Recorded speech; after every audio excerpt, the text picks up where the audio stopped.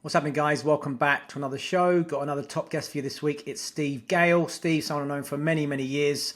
Someone's really well known, particularly in Southwest London. He's worked in Fulham and Chelsea's Academy. He's also got a very successful coaching business. He works all across South London. Also does some one-to-one training. So yeah, great to finally get Steve on the show and talk about his journey. He's got a real quite interesting journey as well in terms of as a young player growing up and choosing non-league over academy football and grew up in the Roehampton estate. If you don't know, one of the biggest estates in the country. So yeah, very much a street baller, taking that into his coaching career. So really interested to see how he's adapted that to put that into practice, and also played a big role in recruitment at both Fulham and Chelsea. So yeah, another great guy to get on the show, and he's also one of the presenters on the Virtual Academy, the Next Gen Club. If you don't know, the My Personal Football Coach Virtual Academy Next Gen Club is back.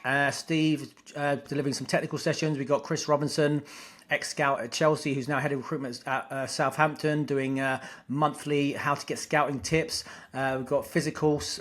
We've got Charlie Quigley, again from Southampton, S&C coach Southampton, doing monthly physical sessions to get power, quicker, stronger, more agile.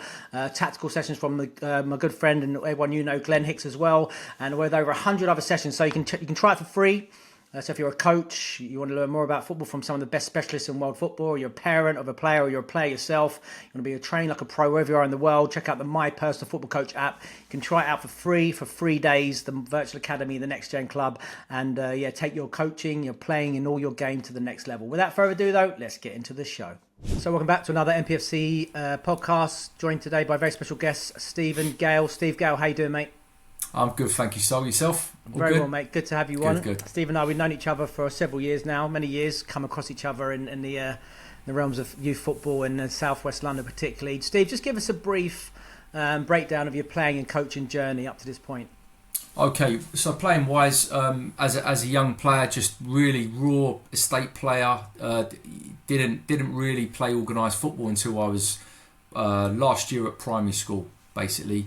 In a primary schools league in Putney, come off Roehampton Estate, so we then went into Colliers Wood United, and that was based off of kids from Roehampton Estate, Alton Estate and Battersea, and that was the start of my grassroots journey really.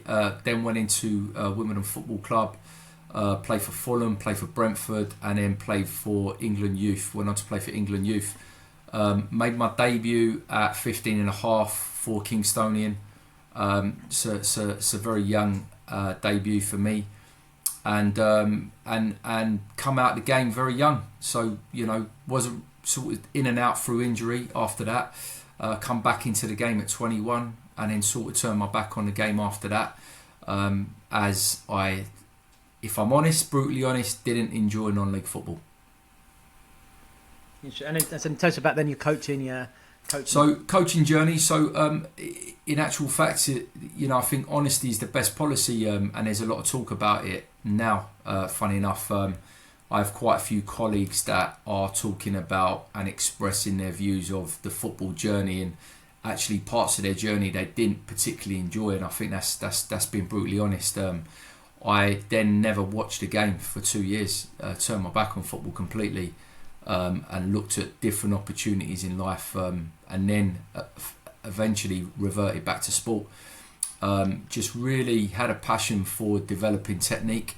When I went back to watching the game again, my most frustrating thing for me was looking at the technical aspects of the game, and really wanting to break it down for children.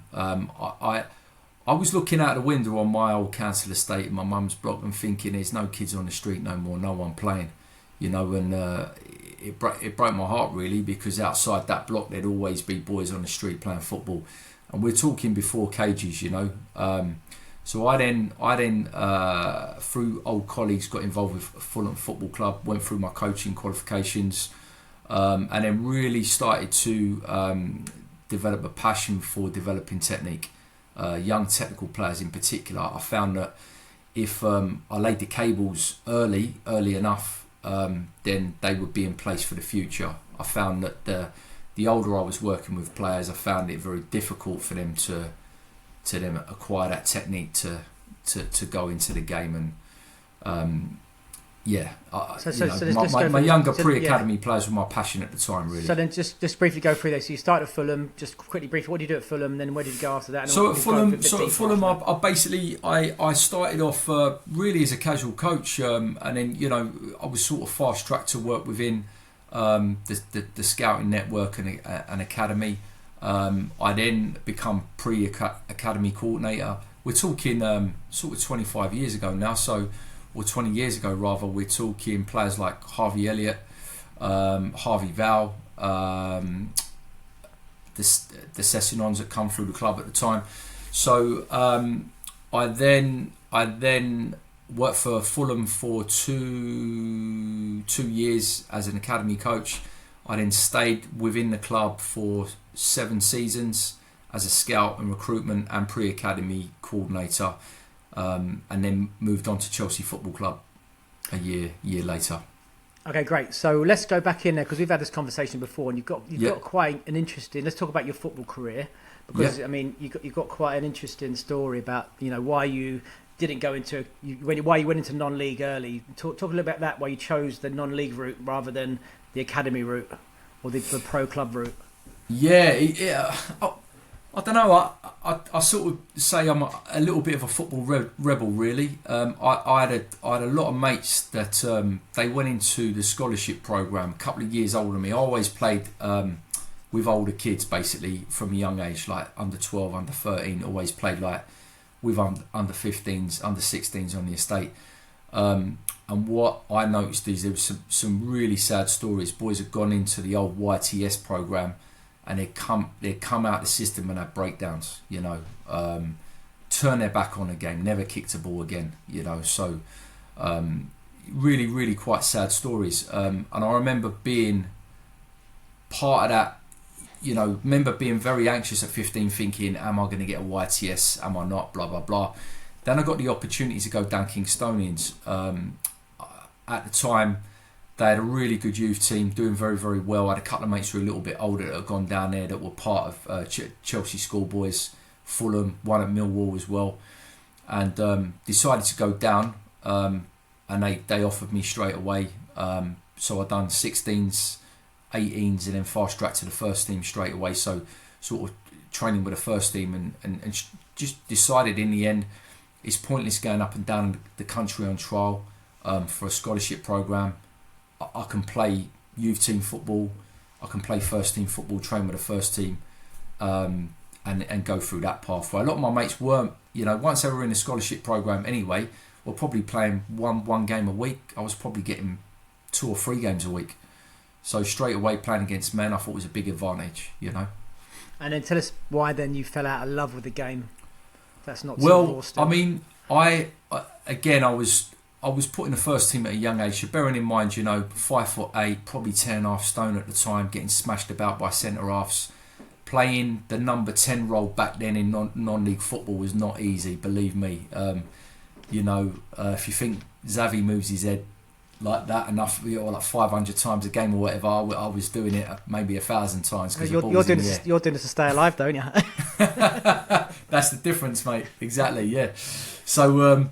It was all in the air, really. We were actually, I would say, looking back on it, quite a technical side. We had some very good footballers at K's at the time. So it was just establishing yourself in the side as a young player, and I was very unfortunate. I broke my 5th metatarsal bone. I went in to break that a number of times. It was then a stress fracture. So then I sort of come out of the game. But then taking time out to go back into the game, I realised that I didn't actually enjoy it. The ball was never to feet. If I dropped short to receive, no one was willing to give me the ball. It'd always be hit long. And you walked away from the game thinking, how much have I actually spent on the ball? How many times have I received the ball in a game? Are players seeing the pictures to give me the ball in the first place? No, they're not. I didn't feel the coaching was good enough, if I'm honest, either. So I found it very frustrating. I had mates that loved non-league football, that absolutely loved it, and I have full respect for non-league players. They have to work very, very hard, juggling a job, committing to training, committing to nutrition as well, and playing in the leagues where there's a lot of travelling but you're not getting a lot of financial reward for it. I have huge respect for non-league footballers, but it just wasn't for me. I didn't enjoy the style of football. And then, I mean, listen to your story. I know you as well. You're very much a street footballer, like you say. Grew up in Roehampton Estate, one of the biggest estates in the country. So, tell us about that then, in terms of how did that mould your coaching methodology and and the stuff you're delivering. You talked about you want to create technical players, but I'm interested in how do you transition that into on the pitch in terms of your planning and your delivery. What does that look like in your first? Think back to your first like academy sessions, if you like. Yeah, so my coaching philosophy when I done my UEFA B licence has never changed. It's never changed really. I mean, I've tweaked it slightly, but it's never changed. It's always been to create and help develop technical players and allow them expression on the pitch with creativity. What I have found and seen over the years is the game is certainly becoming a lot more robotic in terms of possession play. So the academy system went a little bit possession mad. For me, it was after Spain won the World Cup, and a lot of sort of tick-tacker style of play. For me, growing up as a kid, it was always about beating a player in a 1v1. We had a series of different games that we used to play that enabled technique to flourish. For instance, I remember on my particular road getting a 1-2 off a bus. It was listen. It weren't a thing to do, but we done it. We don't think you used to be able to hop on and off of buses, but we'd go. Can we hit the ball as it's moving down the road? Can we strike it, get it out of our feet, and hit the bus and get a 1-2? You look back on it and it was hilarious, But also like lofted passes and stuff like that. We'd be doing it over cars, getting a one touch out of the feet, striking against the wall. But you'd be doing it for hours. So when you think about actual football minutes per day. My route to school was coming out of my block, coming down the stairs, hang dropping into my school, and there'd be 20 boys in the playground. That was before school, at primary school. So 8 till 9 we were on the ball. Break time we were on the ball. Lunchtime we were on the ball. We left school, we were back on the ball again. You go in for dinner, you'd have your dinner, you come back out, you're back on the ball. So you're 5 hours straight away in per day. It is. So tell us about then your first experiences going into academy football and Fulham and coaching. What did that look like in terms? Tell us about your initial. I mean, going from a street player, you played men's football into that organised academy environment. What are some of the challenges there? The initial experiences you had when you moved in there, as you first went in there as a coach. I struggled. There was a lot of structure. It felt like the education system for me, which. I didn't have a great education at primary school on a council estate in the middle of London. It was more like a youth club, if I'm honest. So secondary school, obviously a lot more structure, a lot more stability for me. But being the person I was in terms of self-discipline, really calmed down at secondary school, become a lot more structured myself, and football certainly helped with that. But going into the academy system, I found that at the time, there was a lot of academic people, and I come from a background of pure football, really. Players that didn't necessarily have a good academic background, but played the game because they were certainly talented at sport.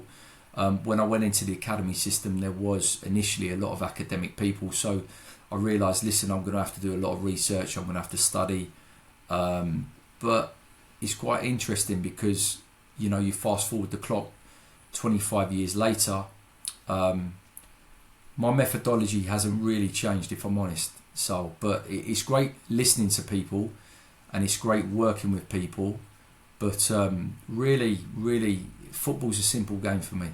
It's a simple game and it shouldn't be overcomplicated. Tell us about those. What are those first sorts of sessions you put on? Give us a typical session that you put on there at Fulham. Always with a ball, mate. Like for me, in pre-academy, what I did find at the time is that kids weren't moving properly. So first of all, we would initially get them on the ball, and it would be like a whole session. I would then get them off the ball and lay the cables for movement. So it would be a case of moving forwards, backwards, doing some basic plyometric skills like hopping, hopscotch, skipping, etc. Tag games. Even rolling and standing up fast, things that kids would have done with outdoor play on the street, then getting them back on the ball and honing in on the basics, the very basics of technique. So one-to-one ball mastery.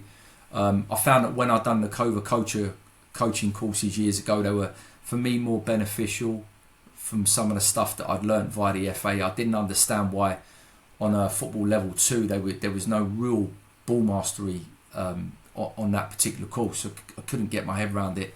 I knew it was a 6v6. Great, the game's a teacher sometimes, but individual ball mastery is very important. So we spent a lot of time on one-to-one ball mastery, probably 45 minutes to an hour purely on ball mastery, and then in that hour and a half, in the half an hour, we'd always give him the game, because that, initially I found that as a child that's what I wanted to play the game.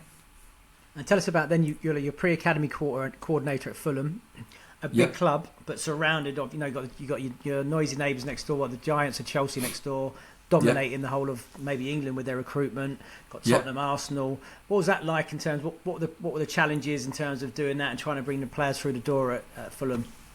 Hi guys, hope you're enjoying the show. Just a quick one to tell you about the Next Gen Club Virtual Academy. We have a new presenter this month. It's Dr. Tom Bates. He's delivering psychology/mindset sessions to the online students at the Virtual Academy. Tom's got a very long, successful career, worked at first team at Villa and Brentford, also many academies as well, and Team GB. So delivering mindset psychology sessions. Also this month, Charlie Quigley, S&C coach at Southampton, Chris Robinson on tips how to get scouted, and our very own Glenn Hicks, a tactical session. You can now try the Next Gen Club Virtual Academy for free. So go to the My Personal Football Coach app, courses section, and try it out. There's over 100 other challenges there. So if you're a player or you're a parent of a player, aspiring pro, or someone who wants to get better, or you're a coach and want to upskill yourself, this is not to be missed, and you can try it out for free.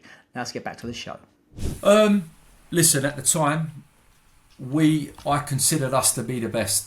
We were the best pre-academy in London in terms of the people that we had. Very impressionable people. Very personable with parents as well. We didn't tolerate football projects as such. So any parents that we felt that were slightly mad, we'd send them one way: go to Chelsea, go to Arsenal. Okay, but we don't tolerate that here. We want respect for our coaching staff. You don't talk out, you don't shout out when sessions are going on. When you step foot onto the pitch, you give us ownership to your child and let us develop them. We don't want to hear comments, especially within training sessions at games. And I think we created full respect at time for the coaches. We're talking about people like ex-players, ex-Fulham captains, Sean Davis, Rufus Brevitt, Grant Walgar, who's currently at Chelsea, Stuart Holloway at the time. We had a very good goalkeeping coach, Jeff Walnuts, now with Fulham's first team. Ali Meliu, who's now the 18s coach at Fulham. Andrew Watt, who he's now academy manager. They were all under the hub of the pre-academy at the time. So listen, top people, very good coaches, and very impressionable with young kids. John O'Brien, in terms of recruitment, one of the best guys I've worked for in London. Tom O'Connell, some really good scouts. Malcolm Malais, who we know is certainly a scouting legend, and Hugh Jennings gave us the ownership at the time to do it. Listen, I have full respect for Chelsea and Arsenal. They're very good at what they were doing, but the way we used to get access to the players was that if you come into our programme, you give us a chance, forget the badge, look at the development, look at what we're doing, and you will choose us over the other two clubs. Yeah, very interesting. Tell us about then, what sort of players were you looking for? I mean, Fulham's always has been one of the best academies in London for a long time. Always, punching above the weight, could say, in terms of size of the Big club, time. massively. Yeah. So, tell us what sort of things are you looking for when you're trying to get players when you're looking at the potential for the eights. Well, it's really interesting. At the time, a lot of my recruitment was based in Brixton, in South London, where my business is based, and we were looking at all types of children. Really interesting. So obviously I created a primary school's software at the time for the primary PE curriculum, and a lot of that from 5 to 7 years of age is based around movement, holistic movement, and the technical aspect of the whole PE curriculum. And from that, we would identify the gifted and able children. And from that, whether they kicked a ball or not, we would then put them children into our pre-academy programme at Fulham. At the time, we had 3 centres in South London. We had West Norwood, we had the Battersea Youth Centre, and then we had the main hub, which was Fulham's training ground. And we would have like literally 8 to 12 kids that had been talent identified by the team, sent in, and we would work with them children for over 2 years and incorporate them into a games programme on a Saturday morning. And listen, it really did work. We you know, if I give you an example of a player that technically never stood out in a session, but long term, if you're profiling a player, you go, look, this kid has got a profile to be a top centre half. When I look at pre-academy now, what we see a lot of athletic children. They can all move really well. They're very, very good with the ball. But how many of them long term are going to be a centre half? That's why we see so many centre halves failing now, because they cannot defend. They cannot win the ball. We have boys at 7, 8 years of age that could win the ball back properly, you know. And then long term, you know, yes, we would give them opportunities in central midfield, but equally, we knew in our heart of all hearts they'd end up at centre half, some of these kids. So Charlie Robinson now, he's in the 21s at Fulham. Unfortunately, he's had some bad injuries, but top player at 6, 7 years of age. He wouldn't mind me saying this, he was probably one of our technically worst boys at the time. But you know what? Attitude and desire, number one. So for us, it was looking at the mentality of the child as well, and making sure that when they come into our court, they really, really enjoy the game. They love the game. They want to be there. My biggest concern was the parents that were over enthusiastic bringing their kids into our programme, but actually the child, did they really want to be there? Probably not. It's because their dad or mum wanted them there. I was always cautious at that, and I would then revisit them kids a couple of years later when they were mentally ready. And then talk about, then you make the short trip across southwest London to Cobham. Tell us about that in terms of going to work at Chelsea. How did that come about? Yeah, tell us about the compare and contrast with Fulham for us. Yeah, I think we all get that 7-year itch. I sort of done 7 years at Fulham really, and I thought, do you know what, I need a new challenge. And listen, at the time, I got to a point where I was either going to go in as an academy coach, maybe with the older children, or just stick to recruitment. And my business decision at the time was to concentrate purely on SG Sports and the soccer school, where we were very busy across London.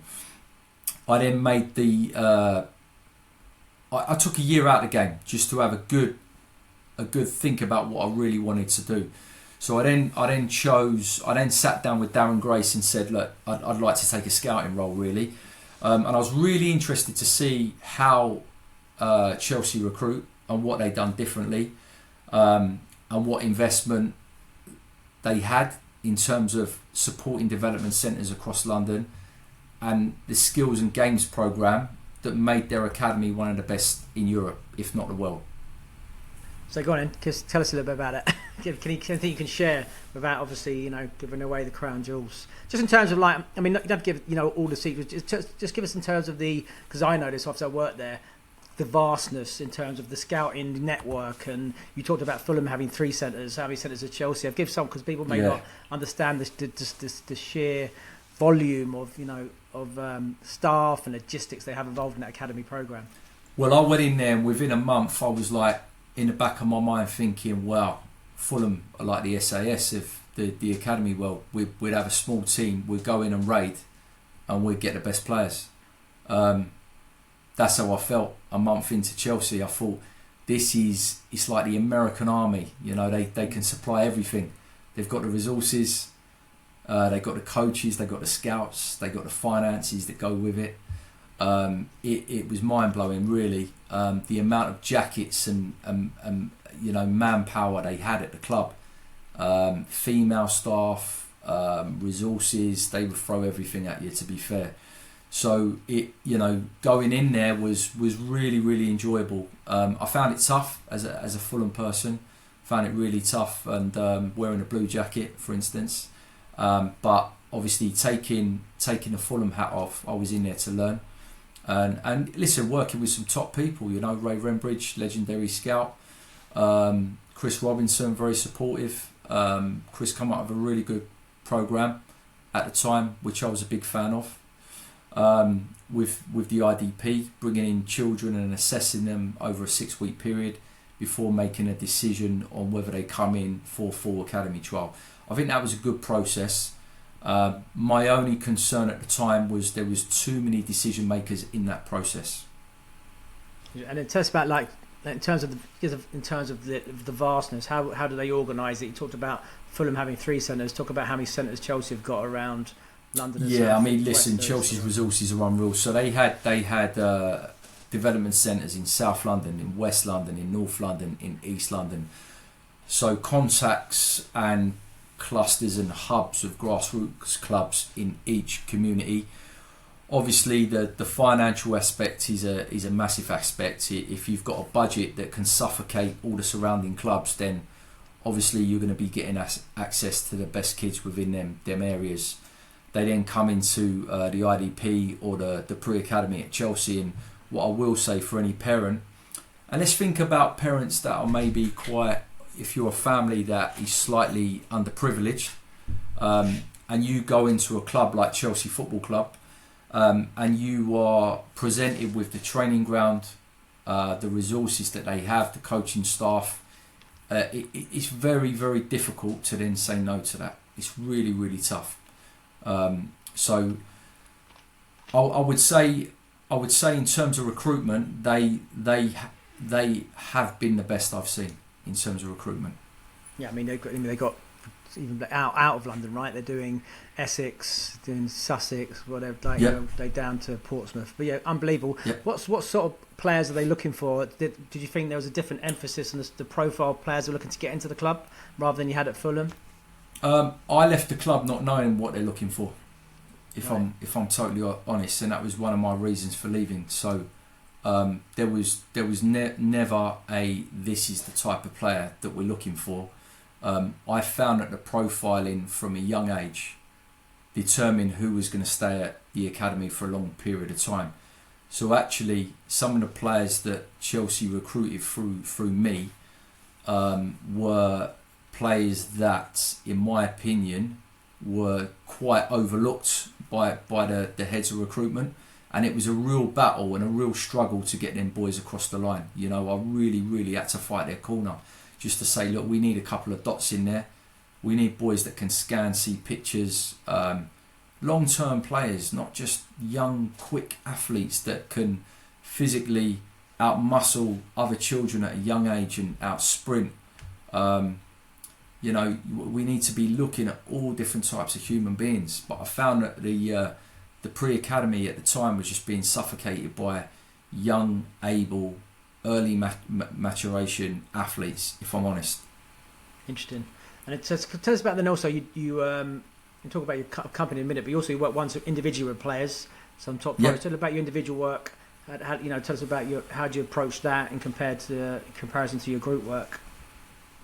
Yeah, so with the one-to-one players, we work with a number of different pros. To name a few would be Charles Sago Jr., currently at Arsenal, Aggie Beaver-Jones, currently England and Chelsea centre forward, Finn Mooney, who's just come out of La Liga, he's back in England now, and then players sort of spontaneously that will drop in throughout pre-season. So, you know, during the summer there was Arthur Okonkwo, goalkeeper, interestingly enough, at Wrexham, and his brother Brian. And then, you know, various boys that have come out of the system and that want to get back into the system as pros. So, yeah, you know, them sessions are tailored to the player, really, position specific. So whether it's I need to work on their technique in terms of crossing, finishing in different types of ways as a striker. Heading in particular, I think is a growing weakness in academy football in general. So when you're looking at 16s and 18s, anticipation in the box to finish is there enough sessions that coaches are putting on for them children to finish? Obviously now we know the rule at the younger age groups, his heading's been taken out of the game. So I find it's really, I found this when I worked in the US actually, that when I was working with youth players, they just couldn't finish with their head. And it was the fact that the heading had been taken out of the game. So when I'm working with young pros now on that, it's, you know, in and around a 6-yard box, losing your defender for space and anticipating when that ball's being whipped in, how we finish in different ways. Back to goal finishing is a big one as well. Yeah. And then, so tell us about then now. So you're back involved with academy football now, and you're back at Fulham working in recruitment. Is that right? So you still? Yeah, recruitment, not coaching. Listen, with my business doing what I'm doing, I can't commit to the role of academy coach. I think that academy coaching now, there's huge demands on it. There's a lot of paperwork. So it almost becomes a full-time job, if you like. So I can't commit to that. But in terms of recruitment, I still really enjoy that. To be fair, I love identifying, young top talent. My most recent one was Bashir Labega that went in last season in February. He went in as an under 15.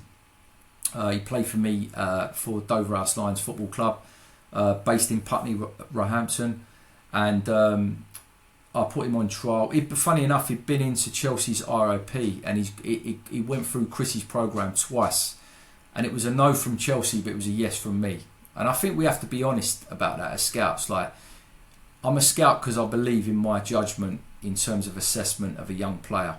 And they all have the P above their head for me. They're all potential. No one's the finished article, even at scholarship. No one's the finished article, you know. So for me, Bashir Labega as a 15 going in at Chelsea, for me, he was a yes. For the recruitment team, he was a no.